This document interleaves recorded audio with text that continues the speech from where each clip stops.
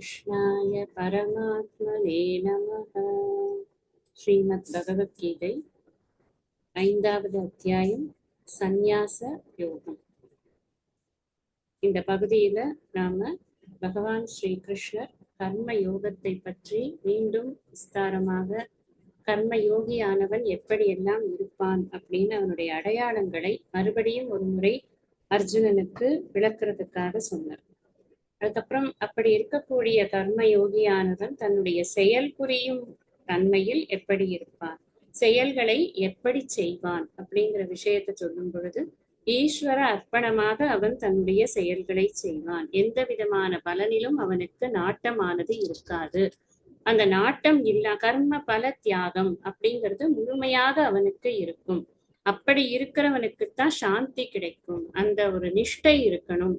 அந்த ஞானத்துல ஒரு நிஷ்டை இருக்கிறவனுக்குத்தான் சாந்தியானது கிடைக்கும். அது இல்லாதவனுக்கு அசாந்தி தான் அப்படிங்கிற விஷயத்த சொன்னார். அப்புறம் அந்த அப்படி இருக்கக்கூடிய அந்த ஞானத்தில் நிலை பெற்றிருப்பவன் எங்க இருக்கான்? எங்கேயோ ஒரு இடத்துல ஒரு இமயமலையில போய் உட்கார்ந்துட்டு இருக்கானா? யாருமே என்னை அண்டக்கூடாது, சுத்தி ஒரு நல்ல ஒரே வேலியை போட்டுக்கிட்டு யாரும் உள்ள வந்துடக்கூடாது, பேசக்கூடாது யாரும் என்கிட்ட, என்னை சுத்தி ஒரே நெருப்பா இது பண்ணி வச்சிருப்பேன், அதை தாண்டி யாரும் வரக்கூடாது அப்படின்னு எல்லாம் பஞ்சாக்னி தவம் எல்லாம் பண்ணி கொண்டிருக்கானா? நான் ஒண்ணுமே இல்லை. இங்க இருக்கிற இதே உடம்புக்குள்ளேயேதான் அவன் உட்காந்துருக்கான். முன்னாடி எந்த உடம்புல இருந்தாலும் அதே உடம்புலதான். இதை நவத்வாரே புரே தேகி, இந்த 9 ஓட்டைகள் இருக்கக்கூடிய இந்த ஒரு ராஜ்யமாக இருக்கக்கூடிய இந்த உடம்புக்குள்ள அவன் ஒரு ராஜா மாதிரி அவன் இருக்கான். ராஜாக்கு என்ன வேலை? ஒரு வேலையும் கிடையாது. இந்த தான் பண்ணறதுக்குன்னு எதுவும் வேலை இருக்காது. இன்ஃபேக்ட் ராஜான்னு எக்ஸாம்பிள் எடுத்துட்டா கூட ராஜா யாரையாவது வேலை செய்ய வைக்கிறான்னு அது சொல்றது. ஆனா இங்க என்ன சொல்லிடுறார்? நைவ குர்வன்னு ந காரை, அந்த உடம்புல இருக்கானே ஒழிஞ்சு எதையும் செய்விப்பதும் இல்லை, செயல் புரிவதும் இல்லை அப்படிங்கிற விஷயத்த சொன்ன. அப்ப அது மாதிரி இருக்கிறது ஏன் அப்படி இருக்கு? அந்த நிலை அப்படிங்கிறது என்ன அப்படின்னு புரியறதுக்காக இந்த உடம்புக்குள்ள இருக்கக்கூடிய அந்த ஆத்மாதான் பிரம்ம தத்துவம், தூய உணர்வு அப்படிங்கிறத புரிய வைக்கிறதுக்காக இந்த பிரம்மனானது, தூய உணர்வானது ஏதாவது வேலை செய்யுமா அப்படிங்கிற ஒரு விஷயத்த எடுக்கிறார் பேசுறதுக்கு. இப்ப என்ன சொன்னார்? ந கர்த்திருவம் ந கர்மாணி லோகஸ்ய சிருஜதி பிரபு. இந்த பிரபுங்கிறதுக்கு என்ன பார்த்தோம்? தூய உணர்வு, எங்கும் நீக்கமர நிறைந்திருக்கக்கூடிய தூய உணர்வு, நன்றாக விளங்குகின்ற தூய உணர்வு, தானே ஒளிர்கின்ற தூய உணர்வு அப்படின்னு பார்த்தோம். ஸ்வத சித்தம் அப்படின்னு சொல்வர் ஆச்சாரியர் விவேக சூடாமணி. தானே விளங்குகின்ற, தானே ஒளிர்விக்கின்ற தூய உணர்வு. அந்நியரால் இன்னொருத்தரால் ஒளிர்விக்க வேண்டிய ஒரு அவசியம் கிடையாது. சூரியன் இதுதான் அப்படின்னு இன்னொரு டார்ச் வச்சுட்டு காட்ட முடியுமா சூரியனை? தன்னைத்தானே ஒளிர்வித்துக் கொள்கிறதா இல்லையா சூரியன்? அந்த மாதிரி இந்த ஆத்மாவானது தன்னைத்தானே ஒளிர்வித்துக் கொண்டிருக்கிறது, எங்கும் நீக்கமர நிறைந்திருக்கிறது. அந்த தூய உணர்வானது எந்த ஒரு செயலையும் செய்வதும் இல்லை, எந்த ஒரு செயலையும் செய்விப்பதும் இல்லை அப்படின்னு பார்த்தோம். அப்படி அந்த தூய உணர்வானது ந கர்த்திருவம் ந கர்மாணி லோகஸ்ய சிருஜதி பிரபு. தானும் அந்த தூய உணர்வானது யாரையும் செய்விக்க தூண்டுவதில்லை, தானும் எதையும் செய்வதும் இல்லை. அதனால செயல்களையும் அது உருவாக்கவில்லை, செயல்களை செய்வதற்கான பலன்களையும் அது உருவாக்குவதில்லை. கர்ம பல சம்யோகம் அதான் ரொம்ப முக்கியம். நான் முன்னாடியே சொன்னேன், ஒரு மூணு விதமாக நாம ஒரு பர்சனை பார்க்கிறோம். என்ன? ஒண்ணு செய்விக்கிறவன், இன்னொன்னு செய்யறவன், இன்னொன்னு பலனை அனுபவிக்கிறவன். ஒரு பர்சன் எடுத்துக்கொண்டா, இப்ப நான் இருக்கேன் அப்படின்னா நான் ஏதாவது 2 காரியம் செய்வேன், எனக்கு தெரிஞ்சதை செய்வேன். அப்புறம் எனக்கு தெரியலன்னா யார்கிட்டயாவது கொடுத்து இதை கொஞ்சம் செய்றீங்களான்னு சொல்லுவேன், செய்ய வைக்கிறேன். இது இதனுடைய பலன்களை அனுபவிக்கிறேன். அப்ப 3 விஷயம் நடக்கிறது ஒரு பர்சன் கிட்டே. அப்போ இந்த எதுவுமே இந்த தூய உணர்வுக்கு அப்ளை ஆகாது. முதல் விஷயம் சொல்லிட்ட, கர்த்திருவம் கிடையாது, எந்த காரியத்தையும் அது செய்யறது கிடையாது. அடுத்தது என்ன சொன்னார் 15வதுல? நாதத்தே கஷ்யசித் பாபம் நச்சைவ சுக்ருதம் விபுகு. அந்த இடத்துல விபுகு விசேஷமாக எல்லா இடங்களிலும் நிறைந்து இருக்கக்கூடிய ஆத்மஸ்வரூபமாக இருக்கிறது அப்படிங்கிறதுனால அதுக்கு விபுகு அப்படின்னு பேரு அப்படின்னு பார்த்தோம். அந்த தூய உணர்வானது எந்த ஒரு பாவத்தையும் புண்ணியத்தையும் அது ஏற்றுக்கொள்வது கிடையாது. அதுக்கு பாவமோ புண்ணியமோ எதுவும் ஒட்டுவதில்லை அப்படின்னு அதை பார்க்கணும். இப்ப எங்கேயுமே அங்க அது செயலும் புரியாது, செயல் புரியவும் வைக்காது, பாவத்தையும் ஏற்றுக்கொள்ளாது. இப்ப எதனாலையுமே அது களங்கப்படாத நிஷ்களமாக அது இருக்கிறது. நிஷ்களம்னு சொன்னா கலைகள் இல்லாததுன்னு அர்த்தம். நிஷ்களங்கமாகவும் இருக்கிறது. எந்த விதமான களங்கமும் அதுக்கு கிடையாது, அதற்கு எந்த விதமான மலமும் கிடையாது, நிர்மலமாக இருக்கிறது அப்படின்னு பார்த்து இது என்ன பின்ன அப்புறம் எப்படி இது ஏதோ வேலை பண்ற மாதிரி எல்லாம் ஒரு தோற்றம் இருக்கிறதே. நான் இருக்கேன் இந்த உடம்புக்குள்ளனா, நான் 100 காரியம் பண்றேன். நான் காத்தால இருந்து எழுந்து ராத்திரி வரைக்கும் நான் 100 காரியம் பண்றேன். நான் இந்த உடம்புக்குள்ளதான் இருக்கேன். நைவ குருவன்னு நான் காரையன்னுன்னா என்ன அர்த்தம் அதுக்கு அப்படின்னு கேட்டா, அதுக்கு என்ன அர்த்தம் அப்படின்னா, அஜ்ஞானேன ஆவிருத்தம் ஞானம் தேன முக்கியந்தி ஜந்தவக. அறியாமையினால் இந்த அறிவானது மூடப்பட்டிருக்கிறது. அது தெரியாம மக்கள் ஜந்தவக இந்த ஜந்துக்கள் என்ன பண்றது, ஜீவர்கள் என்ன பண்றது அப்படின்னா மோகத்தில் ஆழ்ந்திருக்கிறதப்பா. அந்த மோகத்தினாலதான் அது ஏதோ காரியம் பண்றது போலவும், அந்த காரியம் பண்ண வைக்கிறது போலவும், அதுக்கு ஒரு பயன் இருக்கு, அதை அனுபவிக்கிறது போலவும் அதுக்கு தெரிகிறதே தவிர்த்து உண்மையில் அதற்கு காரியமும் இல்லை, காரியம் செய்ய வைப்பதும் இல்லை, அதன் பயனை அது அனுபவிப்பதும் இல்லை. அடுத்தது 16வதுல பார்த்தோம். ஞானேன து ததஜ்ஞானம் ஏஷாம் நாசிதம் ஆத்மனக தேஷாம் ஆதித்யவத் ஞானம் பிரகாசயதி தத்பரம். அதுதான் கடைசியா பார்த்தோம். இந்த ஆத்மாவை பற்றிய ஞானம் இருக்கே, அது யாருக்கு இருக்கிறதோ அவர்களுக்கு அந்த அஜ்ஞானமானது அழிக்கப்படுகிறது. நம்ம படிச்சிருக்கோம். படிச்சதுனால நமக்கு என்ன தெரியுது? ஆத்மா என்பது எந்த ஒரு செயலையும் புரிவது இல்லை, அதற்கு எந்த செயலையும் செய்யவும் வேண்டியதில்லை, செய்விக்க வேண்டியதும் இல்லை. செய்வது எல்லாம் எது? நமக்கு அந்த கொஸ்டினுக்கு ஆன்சர் எப்பவும் மைண்ட்ல ரெடியா இருந்து கொண்டே இருக்கும். ஏன்னா செய்யறதான் நம்ம பார்க்கிறோமே தவிர செய்யாமல் இருக்கிற நிலையை நம்மால் பார்க்க முடியாது. உணரத்தான் முடியும், அறிவு பூர்வமாக அதை புரிந்து கொள்ளத்தான் முடியும். கரெக்டு தானே? நான் ஒரு வேலை பண்றேன் அப்படிங்கறதான் என்னால காட்ட முடியும். நான் இப்ப வேலை பண்றேன், நீங்க வாங்க எல்லாரும் சேர்ந்துக்கலாம், ஒரு பூ கட்டலாம் வாங்க அப்படின்னா நான் பூ கட்டலாங்கிற வேலையை காட்ட முடியும். இந்த பூ கட்டுற வேலைக்குள்ள நான் அசங்கமாக, நான் தூய உணர்வாக அந்த இடத்துல இருக்கேன். ஆனா நான் எந்த காரியமும் பண்ணல அப்படிங்கறத அறிவுல புரிஞ்சுக்கிறதா, காரியத்துல காட்டுறதா? நான் சும்மா இருந்தேன் அப்படின்னு சொன்னா எல்லாருக்கும் என்ன தோணும்? அஜ்ஞானிகளுக்கு என்ன தோணும்? நான் அந்த அம்மா சும்மா உட்கார்ந்துருக்கு பாரு அப்படின்னு. சும்மா உட்கார்ந்துருக்கிற அந்த இடத்துக்கு அதுக்குள்ளேயும் ஒரு ஆத்மா இருக்கு. அந்த ஆத்மாவானது எதையும் செய்யாமலும் செய்விக்காமலும் அதனுடைய இருப்பை மாத்திரம் கொண்டிருக்கிறதுங்கிறது அஜ்ஞானிக்கு தெரியுமா? இதைத்தான் நாம 4வது அத்தியாயத்துல பார்த்தோம். கர்மத்தில் அகர்மத்தை யார் காண்கிறானோ, அகர்மத்தில் கர்மத்தை எவன் காண்கிறானோ அவனே புத்திமான் அப்படின்னு அங்க அதை சொன்ன. நம்ம அந்த அந்த அந்த ஸ்லோகத்தை ரொம்ப டீப்பா மனசுல நல்லா ஞாபகம் வச்சுக்கோங்க. அப்படி ஞாபகம் வச்சுக்கொண்டாதான் ஆத்மா வேலை செய்யாமல் இருக்கிறதுங்கிற விஷயத்த புரிஞ்சுக்கிறதுக்கு நமக்கு அது ரொம்ப முக்கியமான ஸ்லோகமாக இருக்கும். இப்ப இங்க என்ன சொல்லியிருக்காரு அப்படின்னா, இந்த யாருக்கு இந்த அறிவானது ஏற்படுகிறதோ அந்த அறிவு ஏற்பட்ட காரணத்தின் அறிவை பெற்ற காரணத்தினால குருமுகமாக பொறுமையா உட்கார்ந்து தத்வித்தி பிரணிபாதேன பரிப்பிரஷ்னேன சேவையா அவன் பணிந்தும் கேட்டும் பணிவிடை செய்தும் அந்த குருமுகமாக அந்த அறிவை பெற்றதுக்கு பிறகு அவனுக்கு என்ன புரியுறது அப்படின்னா, அந்த அஜ்ஞானமானது அவனுக்கு அழிக்கப்படுகிறது. நான் செயல் புரிகிறேன், நான் இன்னாரு, என் பேர் இது, என் ஊர் இது, நான் ஊர்ல இந்த மாதிரி ஒரு பொசிஷன்ல இருக்கேன், என்னை சுத்தி இத்தனை பேர் இருக்காங்க, எனக்கு இவ்வளவு பேர் இருக்காங்க, நான் சொன்னா இத்தனை பேர் கேட்பாங்க, அந்த நான் நான் நான் எல்லாம் ஏறிட்டே போகும். ஒருத்தன் ஒரு தடவை கேட்டுட்டான்னா அப்புறம் அந்த நானுக்கு தடிப்பு ஜாஸ்தியா போயிடும். அப்புறம் இன்னும் கொஞ்சம் தடிதடியா ஆயிடும். இந்த நானை அழிக்கிறத விட பெரிய காரியம் வேற ஒண்ணுமே கிடையாது. ராமானுஜர் சரித்திரத்துல பார்த்தோம்னா, நான் அழிந்த பின் வா அப்படின்னு சொன்னாரா இல்லையா நம்பியாண்டவன்? ஏன் நான் அழிந்த பின் வான்னு? நான் வந்திருக்கிறேன், நீ யாரப்பா? இந்த உடம்பா, மனசா, புத்தியா? அழிஞ்சே போயிடுமே கொஞ்ச நாள்ல. அப்புறம் நீ யார்? அந்த நான் யாருங்கிறத, நான் இந்த உடல் இல்லை, மனம் இல்லை, புத்தி இல்லைங்கிறத அடிப்படை ஃபர்ஸ்ட். அந்த அடிப்படையில நான் இந்த உடம்பில்லைங்கிறதையாவது அட்லீஸ்ட் புரிஞ்சு கொண்டு வந்தால் மட்டும்தான் அவனுக்கு அறிவானது பெற முடியும். அதுக்காக தான் நிஷ்காம கர்மத்தை பண்ணணும்னு சொல்றோம். திரும்ப நம்ம அந்த சைக்கிளை ஞாபகம் வச்சுக்கணும்.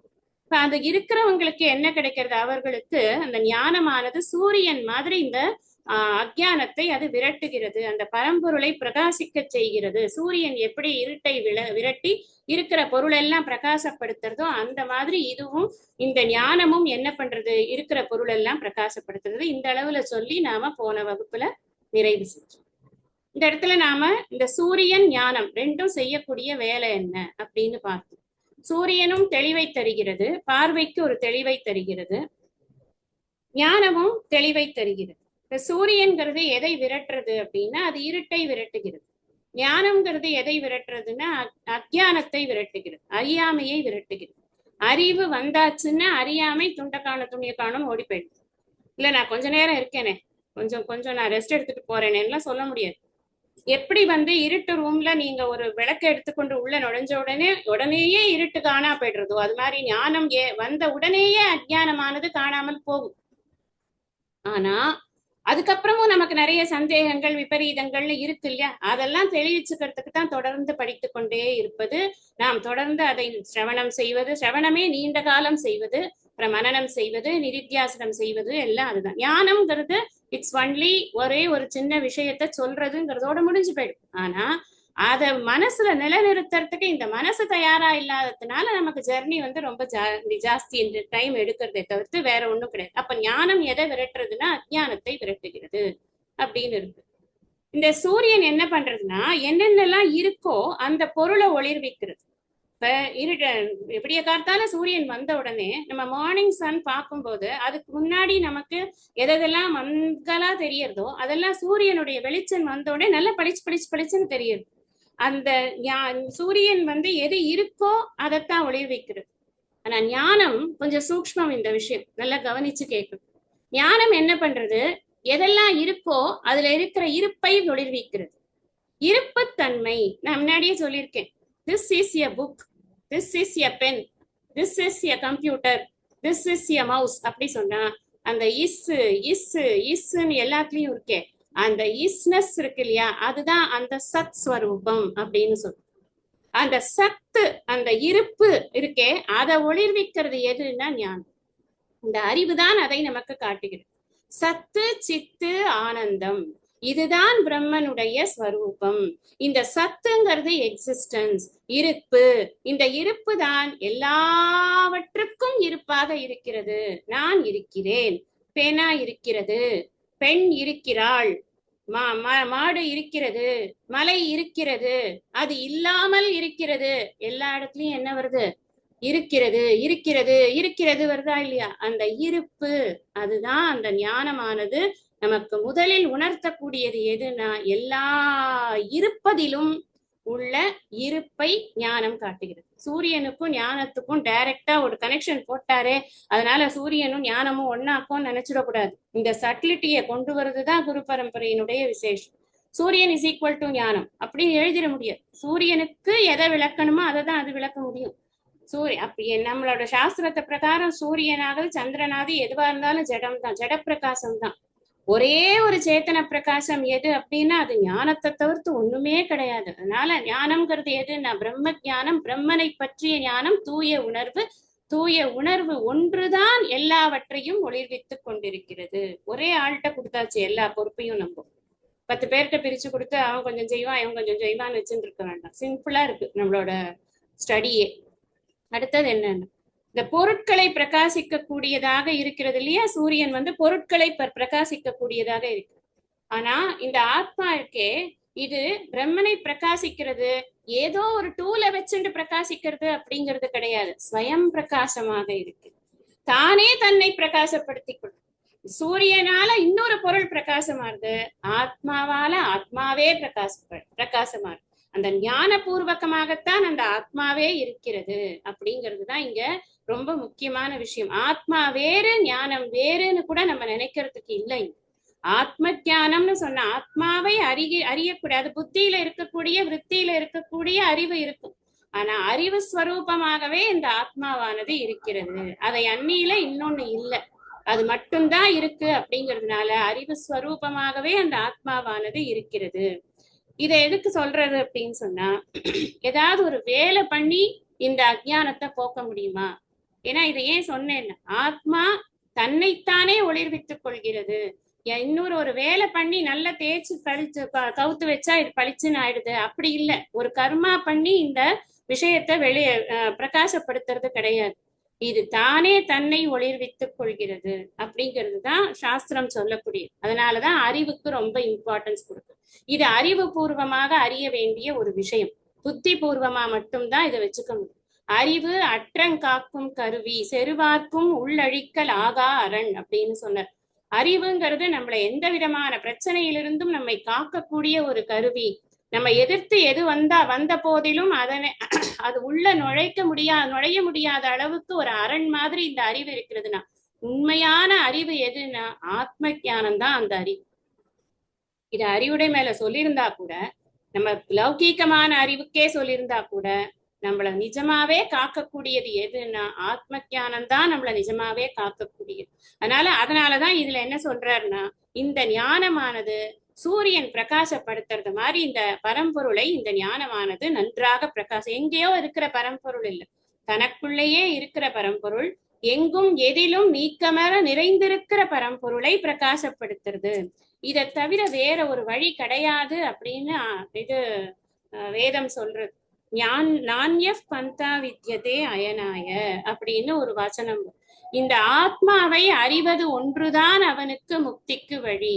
அறிவது அப்படின்னா அறிவில் நிலை பெறச் செய்வது அப்படின்னு. இதுலயும் ஆச்சாரியர் விவேக சூடாமணி சொல்றார், வஸ்து சித்திர் விசாரேன நகிஞ்சித் கர்ம கோட்டிபிகி அப்படின்னு. கர்மங்களால நீ இந்த ஆத்மாவை பற்றிய அறிவை பெற முடியாது. கர்மத்துக்குன்னு லிமிடேஷன்ஸ் இருக்கு. கர்மா சில விஷயங்களைத்தான் கொடுக்க முடியும். முக்கியமானது கர்மாவால மேக்சிமம் நமக்கு என்ன கொடுக்க முடியும், நல்லது பண்ண முடியும்னா சித்த சுத்தி தான் பண்ண முடியும். அதனாலதான் கர்மாவை அதுக்கு யூட்டிலைஸ் பண்ண. புண்ணியம் பாபம் எல்லாம் அதுக்கப்புறம், அதெல்லாம் வந்தா வரல, அதெல்லாம் நமக்கு அது மேட்டரே கிடையாது. ஆத்ம ஞானத்தை பெறுவதற்கு நம் மனசை தயார்படுத்தி வைத்துக் கொள்வதற்கான அந்த மனசோட தயார் நிலை, அந்த சித்த சுத்திங்கிறது இருக்கே, அது நமக்கு நிஷ்காம கர்மத்தினால கிடைக்கும். அதுதான் கர்மாவோட பெனிஃபிட். இன்னைக்கு நம்ம 17வது ஸ்லோகத்துல இருந்து படிக்கணும். தத்புத்தயஸ்ததாத்மானஹ தன்னிஷ்டாஸ்தத்பராயணாஹ கச்சந்த்ய புனராவ்ருத்திம் ஞான நிர்தூத கல்மஷாஹ. தத்புத்தயஹ, அதிலே அந்த பிரம்மத்திலே, அதிலேயே பிரம்ம புத்தி உடையவர்களாக, பிரம்மத்திலேயே புத்தியை நிலை பெற்று நிறுத்தியவர்களாக. தது ஆத்மானக, அதையே தன்னுடைய ஆத்மாவாக அறிபவனாக. தது நிஷ்டாக, அதிலேயே நிலை பெற்றவர்களாக. தது பராயணாக, அதையே மேலான புகலிடமாக கொண்டவர்களாக. அப்படி இருக்கிறவங்களுக்கு ஞான நிர்தூத கல்மஷாக, ஞானத்தினால் அனைத்து பாவங்களையும் அழித்தவர்கள். பாவங்கள்னா இந்த இடத்துல அசுத்தங்கள் அப்படின்னு புரிஞ்சுக்கணும். மலங்கள், அசுத்தங்கள் அப்படின்னு. அபுனராவிருத்திம் கச்சந்தி, திரும்பி வராத நிலையை அடைகிறார்கள். ரொம்ப முக்கியமான ஸ்லோகம். ஞானத்தினால எனக்கு என்ன பிரயோஜனம்? நான் எதுக்கு டயத்தை உட்காந்து இன்வெஸ்ட் பண்ணி இவ்வளவு ஸ்லோகங்களை படிக்கணும், அதுக்கப்புறம் அதை பாராயணம் திருப்பி பண்ண சொல்லி அதையே நான் எதுக்கு டுவெல் பண்ணிட்டே இருக்கணும்? எனக்கு என்ன கிடைக்கும் அப்படின்னு. பொதுவா நமக்கு என்ன வேண்டாம் அப்படின்னா, மீண்டும் மீண்டும் கருவறை வாசம்ங்கிறது வேண்டாம் அப்படிங்கிற எண்ணம் யாருக்கு வருதோ அவர்களுக்கு மாத்திரம்தான் சாஸ்திரம் படிக்கிறதுக்கு உட்காரவே முடியும். முதல்ல அதுக்கு படிக்கணும்ன்ற எண்ணமே முதல்ல வரும். யாருக்கு உலகம் நல்லா இருக்கு, இன்பமா இருக்கு, இந்த இன்பத்தோட துன்பம் கலந்ததாக இருந்தாலும் பரவாயில்லை, இந்த இன்பம் தான் எனக்கு நல்லா இது என்ஜாய் பண்ற மாதிரி இருக்கு அப்படின்னு நினைக்கிறாங்களோ அவங்களுக்கு இதுல வேலை கிடையாது. இந்த இடத்துக்கு அவங்களுக்கு இதுக்கு அவங்க சூட்டபிள் பர்சன் கிடையாது. இப்ப யாருக்கு அது அப்படின்னா, திரும்ப திரும்ப நான் பிறப்பு இறப்பு அப்படிங்கிற அந்த சுழற்சிக்குள்ள மாட்டிக்க வேண்டாம். போதும், நான் பட்டதெல்லாம், நான் இன்பமே அனுபவிச்சா கூட அந்த இன்பம் எனக்கு உண்மையான இன்பமாக தெரியவில்லை, அந்த இன்பத்துல நிறைய தோஷங்கள் இருக்கு, அது எப்ப பார்த்தாலும் ஏதாவது ஒரு துன்பத்தை சேர்த்து கொண்டே வருகிறது, வால் மாதிரி ஒட்டி கொண்டே இருக்கு, 5 நிமிஷம் சிரிச்சான்னா 6 மணி நேரம் அழ வேண்டியதா இருக்கு, இது என்ன வாழ்க்கை? இப்படி ஒரு வாழ்க்கை தேவையா? இந்த வாழ்க்கை ஏன் எனக்கு கொடுத்தார் பகவான்? இதை எனக்கு இல்லாம பண்ணக்கூடாதா? நான் திரும்ப திரும்ப இதுக்குள்ள மாட்டிட்டு தான் ஆகணுமா? இந்த கேள்விகள் எல்லாம் இன்னைக்கு வரல, இப்ப நான் அந்த கேள்வியே வந்து உங்க கிளாஸ்க்கு வரல, நான் எனக்கு அது நான் ஏதோ வந்தது இந்த கிளாஸ் கிடைச்சது நான் படிச்சிட்டு இருக்கேன் அப்படின்னு சொன்னா கூட இந்த கேள்வி என்றோ ஒரு நாள் நம்முடைய மனதில் எழுந்திருக்கும். அதனுடைய தொடர்ச்சி தான் இப்ப நாம வந்து உட்கார்ந்து படிச்சு கொண்டிருக்கோம். அதனால நமக்கு ஒரு விஷயம் என்ன புரிய வேண்டியிருக்கு அப்படின்னு சொன்னா, இந்த திரும்ப திரும்ப பிறப்பு இறப்பு அப்படிங்கிறது நமக்கு ஒரு பெரிய பாரம். அது அந்த ஜீவனுக்கு ஒரு பெரிய பாரமாக இருக்கு.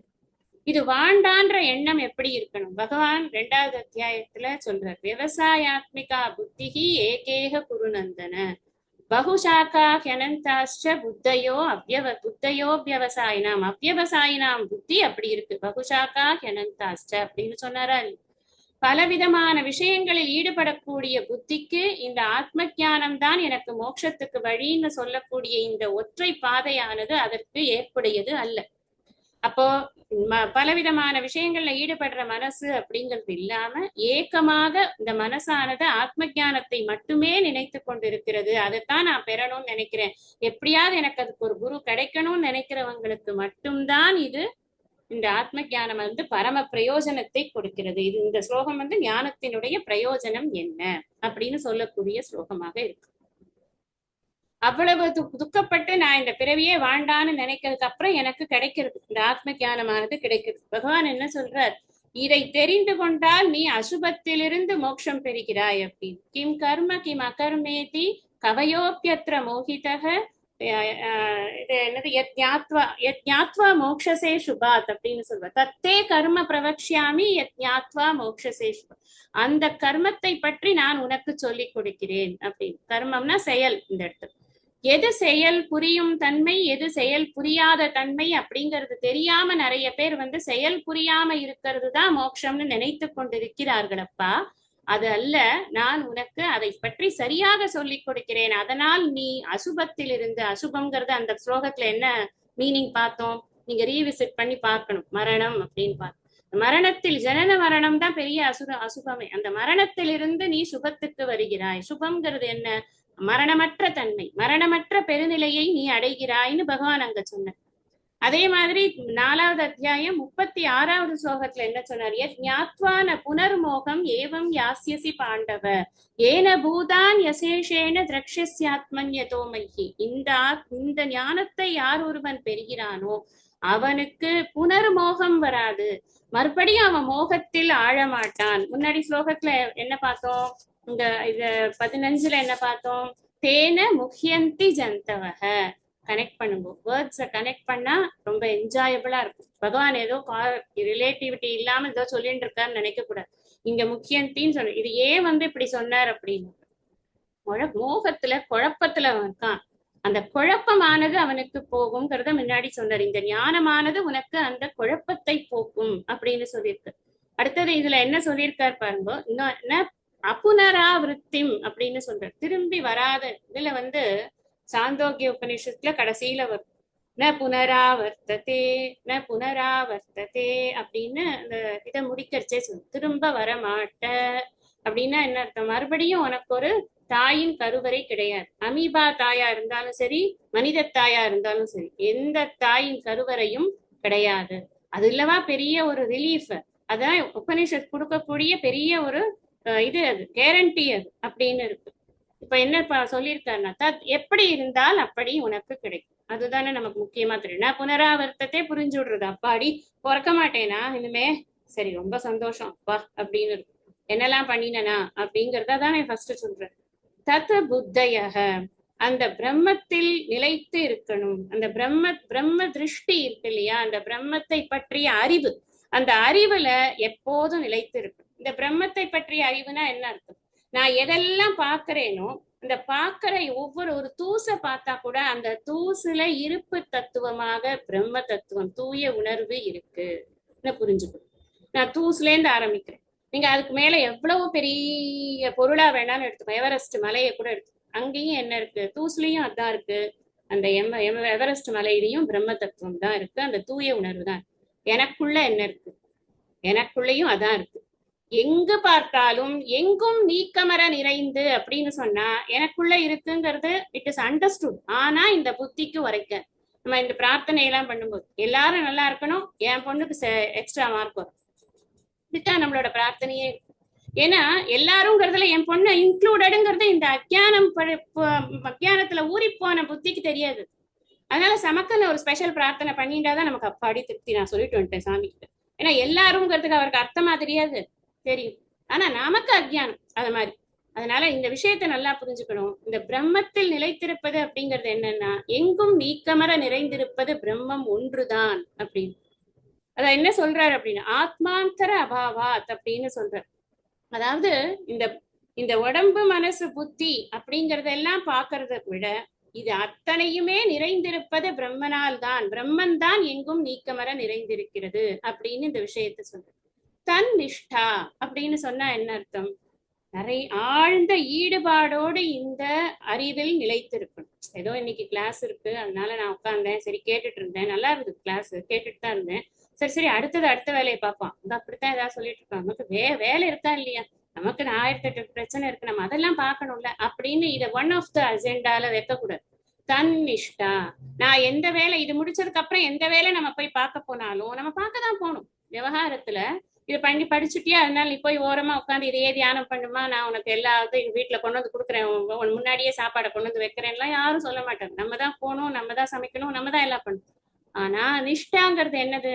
எந்த வேலை நான் செய்து கொண்டிருக்கும் பொழுதும் கூட என்னுடைய மனம் அதில் நிலை பெற்று இருக்க வேண்டும். முதல்ல அறிவுல பிரம்ம தத்துவம் நிலை பெற்று இருந்தால்தான் அதுல நிஷ்டாங்கிறது நமக்கு ஏற்படும். உறுதியா இருக்கணும் நமக்கு. இதை நான் எனக்கு செய்யறதுக்கோ செய்விக்கிறதுக்கோ ஒரு விஷயமும் இல்லை. நான் கர்த்திருவம் கிடையாது, எனக்கு போக்திருத்துவம் கிடையாது, நான் காரயித்துவமும் கிடையாது. அதனால எனக்கு இந்த காரயித்துவம் கிடையாதுங்கிற போது நம்ம சொல்லி இன்னொருத்தர் செய்யலைன்னா ஒரு கோபம் வருது இல்ல, அந்த கோபம் அவாய்ட் ஆகும்.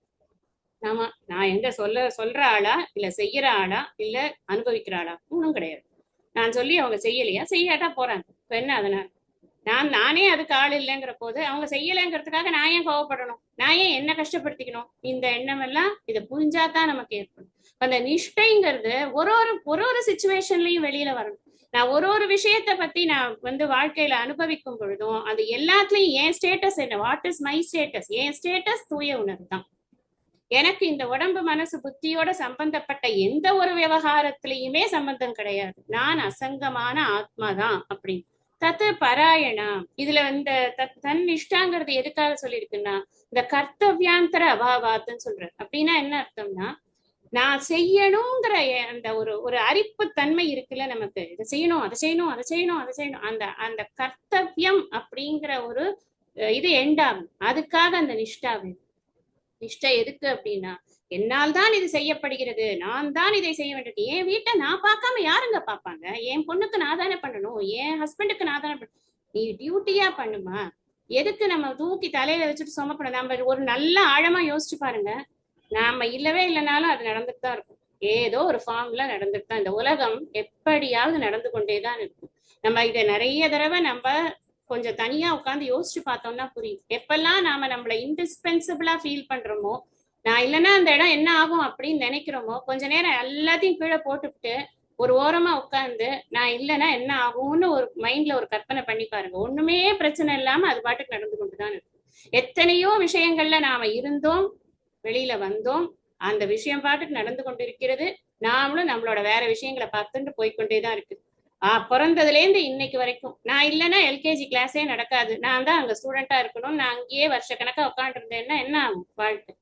ஒண்ணுமே அந்த என்னோட இன்டிஸ்பென்சிபிலிட்டிங்கிறது கிடையவே கிடையாது. எஸ்பெஷலி நான் செயல் புரிகிறேன்ற தன்மையானது கிடையவே கிடையாது. அது போகிற வரைக்கும் அந்த நிஷ்டையானது நன்கு பலப்பட வேண்டும். அப்படி நிஷ்டைனா அதுதான், அது நல்லா பலப்படணும் எனக்கு. அதுக்காக நான் லெத்தார்ஜிக்கா வேலை செய்யணுமா? இல்ல. அதுக்கு தான் அவர் சொன்னார், புத்தி பேதம் ஜனையே ஜோஷயேத் சர்வ கர்மாணி வித்வான் யுக்த சமாச்சரன் அப்படி சொன்னார். பகவானோட வேர்ட்ஸை கரெக்டா புரிஞ்சுக்கணும். என்னோட டியூட்டியை நான் டியூட்டியா பண்றேன். அதுல எனக்கு ஒரு வெறுப்பு இருந்ததுனாதான் நான் எல்லா ஆங்ஸைட்டிக்குள்ளேயும் மாட்டிக்க போறேன். I have nothing. ஏதோ செய்ய வேண்டிய விஷயங்களை செய்வேன், அவ்வளவுதான். ஆஸ் அ மதர் செய்வேன், ஆஸ் அ சிஸ்டர் செய்வேன், ஆஸ் அ டாட்டர் செய்வேன், எல்லாம் ஆஸ் தான். நான் எனக்கு செய்யணும் அப்படின்னு எனக்கு ஒரு கர்த்திருவம்ங்கிறது அதுல ஒண்ணுமே கிடையாது. அதை புரிஞ்சுக்கணும் நல்லா. அது புரிந்து கொண்டோம், அது புரியுற வரைக்கும் இந்த நிஷ்டையானது பலப்பட்டு கொண்டே இருக்க வேணும். நம்ம இதெல்லாம் நீங்க படிக்கிறச்சே என்ன புரிஞ்சுக்கணும்னா, this is not a overnight விஷயம்னு புரிஞ்சுக்கணும். இது அபியாசேன து கௌந்தேய வைராக்கியேன கிருஹ்யதின்னு பின்னாடி சொல்ல போறார் பகவான் நம்மளுக்கு. எப்படி சனை சனைர் உப்பரமே புத்தியா திருதி கிரகீதையா, இதெல்லாம் நமக்கு ஆறாவது அத்தியாயத்துல எப்படி நம்ம இதை அசிமுலேட் பண்றது, எவ்வளவு கருணை தெரியுமா பகவானு. அது நம்மளை எப்படி உட்கார வைக்கிறது ஒரு இடத்துலங்கிறது முதற்கொண்டு சொல்லி கொடுக்க போறார் நமக்கு ஆறாவது அத்தியாயத்துல பார்க்க. அதை சொன்னார். அப்புறம் சத்து பராயணா, இந்த பராயணான்னு சொன்னா இந்த ஒரு புகலிடம்னு அர்த்தம். அதாவது இதுதான் மேலான புகலிடம். இந்த பிரம்மன் அந்த தூய உணர்வை தவிர நான் பற்றி கொள்வதற்கென்று ஒரு விஷயம் கிடையாது. என்னுடைய நான்கிறது அந்த இடத்துல என்னுடைய புத்தியானது பற்றி கொள்வதற்கு வேற ஒண்ணுமே கிடையாது. அதுதான் மேலான புகலிடம். நாம என்ன நினைக்கிறோம், புகலிடம்னு சொன்ன உடனே நம்ம மனசு எப்ப பார்த்தாலும் என்ன நினைக்கும், நம்ம ஏதாவது ரொம்ப வீக்கா இருந்தா யாராவது ஒருத்தர் நம்ம கிட்ட பேசினா நமக்கு கொஞ்சம் தேவலாம் போல இருக்கும், நம்ம யார்கிட்டயாவது பேசி பார்க்கலாம் அப்படின்னு நம்ம அவங்க போன் அடிச்சு, அப்ப சப்போஸ் அவங்க எடுக்கலன்னா ஐயோ எடுக்கலையே, எடுங்க எடுங்க எடுங்க எடுங்க எடுங்க எடுங்க அப்படின்னு நம்ம ஒரே மனசுக்குள்ள பரபரன்னு இருந்து அப்புறம் அவங்க கிட்ட பேசி அவங்க 4 வார்த்தை சொல்லி அதுக்கப்புறம் நமக்கு ஏதோ இப்பதான் எனக்கு மனசே கொஞ்சம் சாந்தமா இருக்கு நீங்க சொன்னதுக்கு அப்புறம் அப்படின்னு நம்ம சொல்லி அதுக்கப்புறம் அவங்க கிட்ட மறுபடியும் அவங்கள்ட்டே மாதிரி இன்னொரு தட்டியும் அதே மாதிரி பேசி அப்புறம் அவங்களும் அதே மாதிரி சொல்லி பேர் பேரா சொல்லி நம்மளோட பிரச்சனை ஒருத்தர்கிட்டயா எனக்கு இப்பதான் சாந்தமா இருக்குன்னு சொல்லிட்டு இது வாழ்க்கையில எண்டார விஷயமா? இது எண்டே ஆகாது. அதனாலதான் மனிதர்கள் எல்லாம் புகலிடம் கிடையாது. யாருமே புகலிடம் கிடையாது. எது புகலிடம்? என்னுடைய உண்மையான ஸ்வரூபத்தை அறிந்து கொள்வதுதான் புகழ். அந்த அறிவுதான் புகழ். நம்ம இந்த பராயணான்னு சொன்னாக்க நான் ஏதோ ஒரு இடம் போய் பிரம்மன்கிறது ஒரு இடத்துல இருக்கு போல இருக்கு, எல்லாரும் சேர்ந்து ஒரு டூர் போய் அந்த பிரம்மனை போய் அந்த இடத்துல பார்த்து அங்கேயே ஒரு 10 நாள் தங்கி அதோட சேர்ந்து இருந்துட்டு வரலாம், அது புகலிடமான்னு இல்லை. அதை பற்றிய அறிவுதான் புகலிடம். என்னை காப்பாத்துறதுக்கு என் அறிவை தவிர எதுக்குமே சக்தி கிடையாது. என் அறிவை தான் நான் சரி பண்ணிக்கணும். நான் என்னோட அண்டர்ஸ்டாண்டிங்ல மட்டும்தான் மாற்றம் கொண்டு வரணும். ஒரே ஒரு விஷயம்தான் அண்டர்ஸ்டாண்டிங்ல மாற்றம் கொண்டு வரதுக்கு என்னன்னா, நான் எதெல்லாம் அனுபவிக்கிறேனோ எதெல்லாம் இன்ட்ராக்ட் பண்ணிட்டு இருக்கேனோ அது அத்தனையும் அனித்தியம் தான். அது எதுக்குமே எனக்கு அது புகலிடமாக இருப்பதற்கு அது லாயக்கே கிடையாது. நான் தான் எனக்கு புகலிடம். இன் அதர் வேர்ட்ஸ் எப்படி கொண்டு முடிக்கிறார் பாரு. என்னை பற்றிய அறிவுதான் எனக்கு புகலிடம். என்னை பற்றிய அறிவு என்ன? நான் யாரு? நான் தூய உணர்வு. நான் தான் எனக்கு புகலிடம். என்கிட்டதான் இருக்கு எல்லா ஸ்ட்ரென்த்தும், என்கிட்டதான் இருக்கு எல்லா வீக்னஸும். உத்தரேத் ஆத்மனாத்மானம் நாத்மானம் அவசாதையேத் ஆத்மைவ ஆத்மனோ பந்துகு ஆத்மைவ ரிபுராத்மன. நான் நினைச்சா என்ன நாசமாக்கிடும், நான் நினைச்சேன்னா என்னை எங்கேயோ கொண்டு போகும். அப்படி ஒரு பொட்டென்ஷியல் பர்சனாக நம்மளை புரிஞ்சுக்கிறதுக்கு எது நமக்கு ஹெல்ப் பண்ணும்? அறிவு ஒண்ணுதான் ஹெல்ப் பண்ணும். அதனால இந்த அஜ்ஞானம்ங்கிறது போய் இந்த ஆத்ம ஜானம்ங்கிறது யார் ஒருத்தனுக்கு வருதோ அவனுக்குத்தான் இந்த அசுத்தங்கள் சொன்னேன் இல்லையா, அந்த பாவங்கள், அதாவது ஞான நீர்தூத கல்மஷம். ஞானம் என்ன பண்றதுன்னா நீர்தூத கல்மஷானா அழுக்குகள் அப்படின்னு. நம்ம எதை பத்தி மலம்னு படிச்சிருக்கோம் இது வரைக்கும்? நம்ம மலம்னு சொன்னா 2 விஷயம் சொல்லுவேன் நான் தொடர்ந்து. காமக்ரோத லோப மோக மதம் ஆச்சரியங்கள் தான் நமக்கு மலம் அப்படின்னு சொல்லுவோம். இன்னொன்னு நம்ம என்ன சொல்லுவோம்? ராகத்வேஷங்கள். ராகத்வேஷ வியுக்தைஸ்து விஷயான் இந்திரியைஸ்டரன் ஆத்மவஸ்சே விதேயாத்மா பிரசாதம் அதிகச்சதி. 2வது அத்தியாயத்துல சிதப்பிரஜ்ஞ லட்சணத்துல பார்த்தோம். அது மாத்திரம் இல்லை, இந்த மலம் போகிறதுங்கிறதுக்கு நம்ம எந்தெந்த ஸ்லோகங்கள் எல்லாம் ஞாபகம் வச்சுக்கணும்? இது சிதப்பிரஜ்ஞ லட்சணத்துல இருக்கிற முதல் 3 ஸ்லோகத்தை ஞாபகம் வச்சுக்கணும். ரஜகாதி யதா காமான் துக்கேஷ்வனுத்விக்ன மனாஹா எஸ் சர்வத்ரா நபிஸ்நேக. இது எல்லாத்தையும் ஞாபகம் வச்சு. இது மாத்திரம் இல்லை, இதை தவிர மயி சர்வாணி கர்வாணி சந்நியஸ்யாதி ஆத்மச்சேதசா நிர்மமோ நிரகங்காரக இது யுத்தியஸ்வ விகதஸ்வரக. அப்ப என்ன? மமகாரம் இருக்கக்கூடாது, அகங்காரம் இருக்கக்கூடாது. நிர்த்வந்த்வோஹி மகாபாகோ சுகம் பந்தாத் பிரமுச்சியத்தேன்னு வேற ஒரு இடத்துல சொல்லு. அப்ப நிர்த்வந்த்வோ அந்த இருமைகள் இருக்கக்கூடாது. இப்ப எதெல்லாம் எனக்கு மலம்க்கு ஒரு லிஸ்ட் போடணும். இந்த மரம் போட்டாரே நிர்தூத கல்மஷா. வாட் இஸ் கல்மஷா? ஃபர்ஸ்ட் ஒரு லிஸ்ட போடணும். என்னென்ன லிஸ்ட்? நான் முதல் லிஸ்ட்ல காமக்ரோத லோப மோக மதம் ஆச்சரியம் வந்துடும். அதுக்கப்புறமா இதெல்லாம் போடணும். நமக்கு துக்கத்தினால் நாம் துவழக்கூடாது, சுகத்தினால் நாம் சந்தோஷப்படக்கூடாது, எதனோடும் ஒட்டக்கூடாது, எதன் மீதும் பற்று வைக்க கூடாது. யோக சந்நியஸ்த கர்மாணி ஞான சஞ்சின்ன சம்சயன். இதெல்லாம் நம்ம படிச்சிருக்கோம் முன்னாடி. இதெல்லாம் நீங்க ஞாபகத்துக்கு கொண்டு இதுலயே இந்த அத்தியாயத்திலேயே இருக்கு. ஏஎஸ் நித்திய கர்மாணி யோன துவேஷ்டி ந காங்ஷதி. அதுவும் எடுத்துக்கணும். எதன் மீதும் வெறுப்பு இல்லை, எதன் மீதும் விருப்பு இல்லை. அப்ப எதெல்லாம் ஷார்ட்டா போடணும்னா இந்த ஸ்லோகங்கள்லாம் நீங்க நோட் பண்ணிக்கோங்க. இதெல்லாம் நம்ம வந்து சேர்த்து படிச்சா நமக்கு புரியணும் அப்படின்னு சேர்த்து படிச்சா நமக்கு என்ஜாயபிளா இருக்கும். பகவான் சொன்ன 4வது அத்தியாயத்துல நகி ஞானேன சதிருஷம் பவித்ரம் மிக வித்தியதே.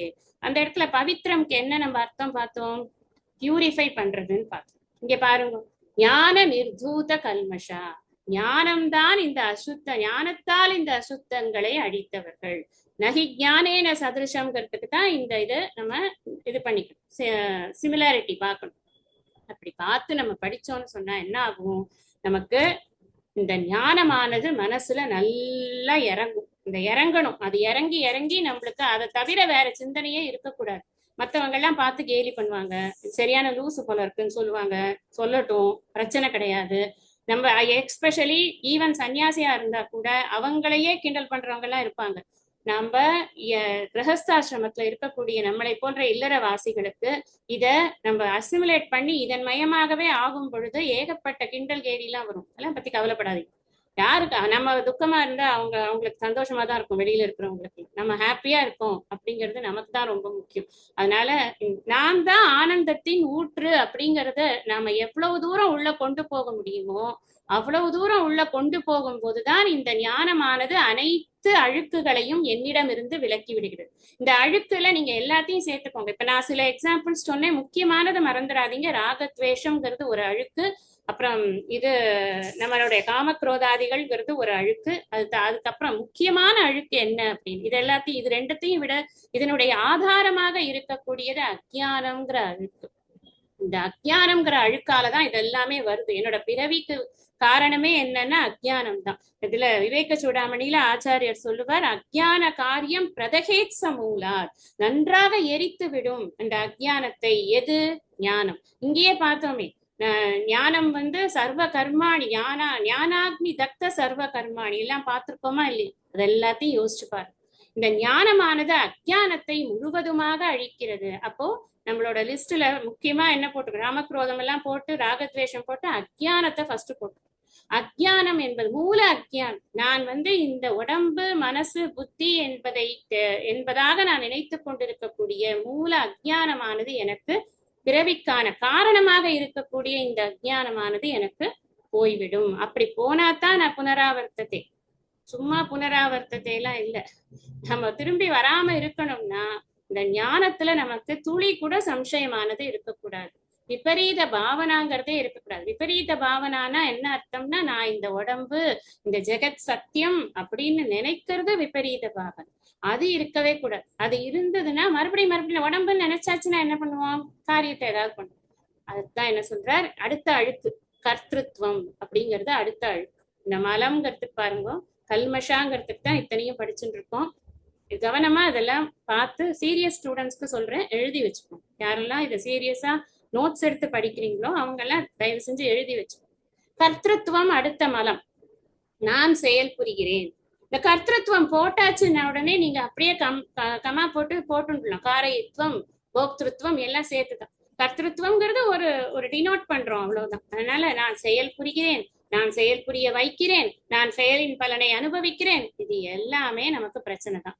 இப்ப என்ன சொல்றார், இதெல்லாம் இந்த தத் புத்தயக தத் ஆத்மானக தன் நிஷ்டாக தத் பராயணாக ஞான நிர்தூத கல்மஷாக, அவர்களுக்கு இந்த ஞானம் இதெல்லாம் பண்ணினா இந்த ஃபோர் முதல்ல சொன்னது வந்து இப்படி இருக்கணும் ஆட்டிடியூட். அவர்களுக்கு என்ன ஆகுது, ஞானத்தினால் அது அதையே புகலிடமாக அடைந்த காரணத்தினால் ஞானமானது அனைத்து அழுக்குகளையும் நீக்கி அப்புனராவர்த்தியும் கச்சந்தி, திரும்பி வராத ஒரு நிலையை அவர்கள் அடைக்கிறார்கள். அதுக்காக அவங்க ஏதோ ஒரு உலகத்துக்கு கொண்டு போய் உக்காத்தி வைக்கப்படுவார்கள். அவர்களுக்கு ஒரு நல்ல ஒரு கேபின் கொடுப்பாங்க, நல்ல ஒரு இது கொடுப்பாங்க, போகம் கொடுப்பாங்கன்னு நினைக்காதீங்க. ந புனராவர்த்திம்னு சொன்னா போக்கு வரவு இல்லாத புண்ணிய நிலையை அவன் அடைகிறான். போக்கு வரவற்ற புண்ணியனேன்னு நம்ம யார சொல்றோம்? இறைவனை சொல்றோம். அந்த இறை நிலையை அவன் அடைகிறான். அதுதான் அங்க ரொம்ப அவசியமான விஷயம் நமக்கு தெரிஞ்சுக்கிறது. அடுத்தது, இப்ப இப்படி இருக்கக்கூடியவனுடைய பார்வையானது எப்படி? இப்ப நான் முதல்ல சொன்னது இந்த 17வது ஸ்லோகம் சொன்னது ஞானத்தினுடைய பிரயோஜனம். ஞானத்தை பிரயோஜனம் ஆயிடுத்து ஒருத்தனுக்கு. நல்லா ஞானம் நல்லா சித்திச்சாச்சு, நல்லா சூப்பரா வந்து ஒரு விஷயத்தையும் சந்தேகம் இல்லை, ஒன்றும் இல்லை. வருஷ கணக்கா உட்காந்து குரு கிட்ட நல்லா படிச்சு எந்த சந்தேகமும் இல்லாம கிளீன் மைண்டு நல்ல பியூரா இருக்கு, ஞானம் நல்லா சித்திச்சாச்சு. அப்படிங்கிறவன் எப்படி இருப்பான்? ஒரு பிக்சர் காட்டுற நம்ம சித்தப்பிரஜ்ய பிக்சர் கேட்டார் இல்லையா அர்ஜுனர், அதே மாதிரி இவன் அப்புனராவர்த்திம்னாக்க அவனுக்கு எப்படி இருக்கும் பிக்சர் கொடுப்பா அப்படின்னு அவன் கேட்டான்னா கொடுக்கணும் இல்லையா, அதனால கேட்காமயே கொடுக்குற. विद्या विनय संपन्ने ब्राह्मणे गविहस्तिनि शुनि चैव स्वपाके च पंडिताः समदर्शिनः. வித்யா வினய சம்பன்னே, கல்வியும் அடக்கமும் நிறைந்த. எவ்வளவு முக்கியம் பாருங்க. ஒருத்தன் படிச்சிருக்கான்னு சொன்னா அவனுக்கு முக்கியமானது என்னன்னா கல்விக்கு வந்து துணை போகக்கூடிய ஒரு முக்கியமான விஷயம் என்னன்னா அடக்கம் தான், பண்பு தான் ரொம்ப முக்கியம். பிராமணே, இப்படி இருக்கக்கூடிய பிராமணனிடத்திலும். ஒரு பிராமணேன்னு வெறும் பிராமணேன்னு ஏன் போடல, நமக்கு ஒரு கேள்விக்கு வரணும். யாரோ ஒருத்தன் பிராமணன் அப்படின்னு சொன்னா என்ன? இல்ல நல்ல படிச்சு அடக்கத்தோடு இருக்கக்கூடிய ஒரு பிராமணன் இடத்திலும், கவி பசுவின் இடத்திலும், ஹஸ்தினி யானையின் இடத்திலும், சுனி நாயின் இடத்திலும், ச ஏவ அந்த இடத்திலும் தான் அந்த ச அண்ட் சன அண்ட் ஏவ அவ்வாறே, ஸ்வபாகேச்ச நாயை சமைத்து உண்ணும் புலையன் இடத்திலும், பண்டிதாக ஞானிகள், சமதர்சினக சமதர்சனத்தை உடையவர்கள். இந்த இடத்துல நம்மளுக்கு ரொம்ப தெரிஞ்ச ஒரு வார்த்தை இப்போ நம்ம இப்ப அர்த்தம் எல்லாத்துக்கும் சொன்னதுனால எல்லாம் தெரிஞ்சுடுத்தோம்னா கூட முன்னாடியே பார்த்த ஒரு வார்த்தை இருக்கு, என்னது? பண்டிதாகா. இந்த பண்டிதாகாக்கு என்ன பார்த்தோம்? பண்டிதாக நான் அனுசோச்சந்தி, ஃபர்ஸ்ட் எடுத்தோடனே பண்டிதனில் தான் ஆரம்பிச்சாரு. அப்ப அங்கேயே பார்த்தோம், ஆத்ம ஞானத்தை பெற்றவன் தான் பண்டிதன். பண்டா அப்படின்னு சொன்னாலே ஆத்ம ஞானம் அப்படின்னு பார்த்தோமா இல்லையா? அதனால இங்கேயும் திரும்ப பண்டிதாகா அப்படிங்கிற விஷயத்தை வந்து உபயோகப்படுத்திருக்காரு. இந்த ஞானத்துக்கு நானுசோச்சந்தி பண்டிதாகான்னு ஆரம்பிச்ச இதை இங்கேயும் வந்து உபயோகப்படுத்திருக்காருன்னு பார்க்கணும். இதுல இப்ப என்ன சொல்றாருன்னா, வித்யா வினய சம்பன்னே பிராமணே. ஃபர்ஸ்ட் எடுத்த உடனே பிராமணனை பத்தி சொல்றாரு. எதுக்காக பிராமணனை சொல்றாரு அப்படின்னு சொன்னா, இதுல இந்த எக்ஸாம்பிள்ஸ் எல்லாமே வந்து ஒவ்வொரு குணத்தை குறிக்கக்கூடியதாக இருக்கிறது. பிராமணன் அப்படிங்கிறது சத்வகுணத்துக்கு ஒரு ரெப்ரசன்டேஷனாக சொல்லப்படுது. பிராமணன் அப்படின்னு சொன்னது சத்வகுணத்துக்கான ரெப்ரசன்டேஷன். இந்த கவி அப்படிங்கிறது பசுமாடு. இந்த பசுமாடுக்கு வந்து ரஜோகுணம் இருக்கு, சத்வகுணம் இருக்குன்னா கூட ரஜோகுணம் அதுக்கு அதிகமா இருக்கு, தமோகுணம் கம்மியா இருக்கு. அதனால ரஜோகுணத்துக்கான ரெப்ரசன்டேஷனாக பசுமாடு சொல்லப்படுகிறது. ஹஸ்தினி அப்படின்னா யானை.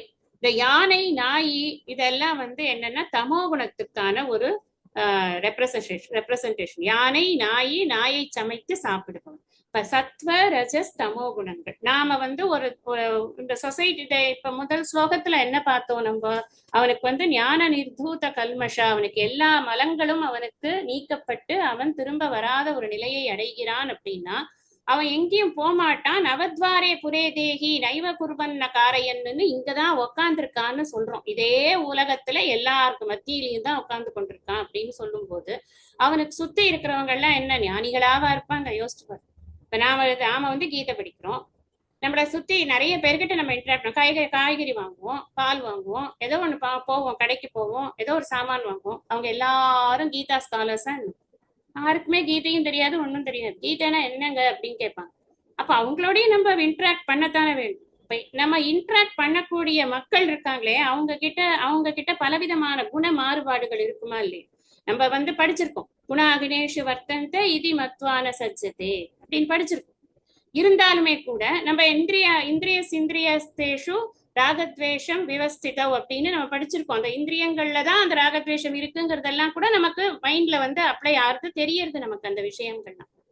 ஆனாலும் நம்ம இன்ட்ராக்ட் பண்ணும் பொழுது, அவர்களை பார்க்கும் பொழுது, அவர்களோடு பேசும் பொழுது நாம என்ன ஆட்டிடியூட்ல இருக்கோம், அந்த பண்டிதனானவன் என்ன ஆட்டிடியூட்ல இருப்பான், அதை தெரிஞ்சுட்டா நாமளும் அதே ஆட்டிடியூட்ல இருக்கணும். படிச்சாச்சுன்னு சொன்னா இப்படி இருக்கணும் அப்படின்னு. அப்போ ஒவ்வொருத்தருக்கும் ஒவ்வொரு விதமான குணங்கள் இருக்கு. ஒருத்தர் சத்வகுண பிரதானியா இருக்கார், ஒருத்தர் ரஜோகுண பிரதானியா இருக்கார், ஒருத்தர் வந்து தமோ குண பிரதானியா இருக்கார்.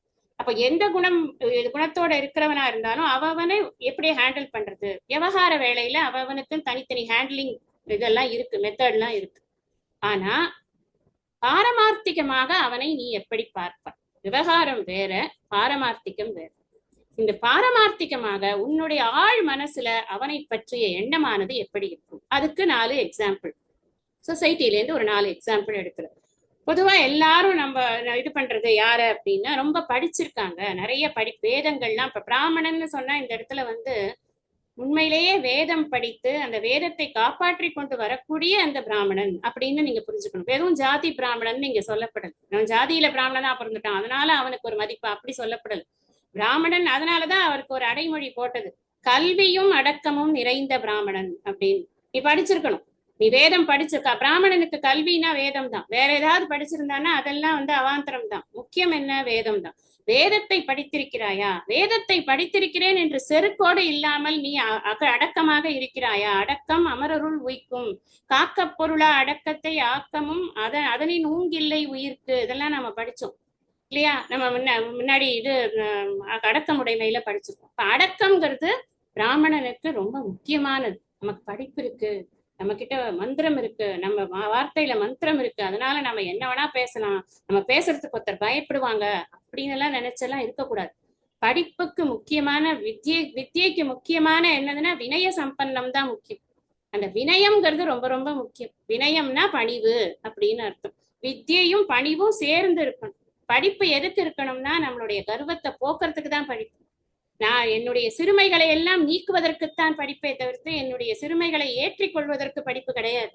அப்படி இருந்ததுன்னா அந்த படிப்பு தன்னோட வேலையை பண்ணலான்னு அர்த்தம்.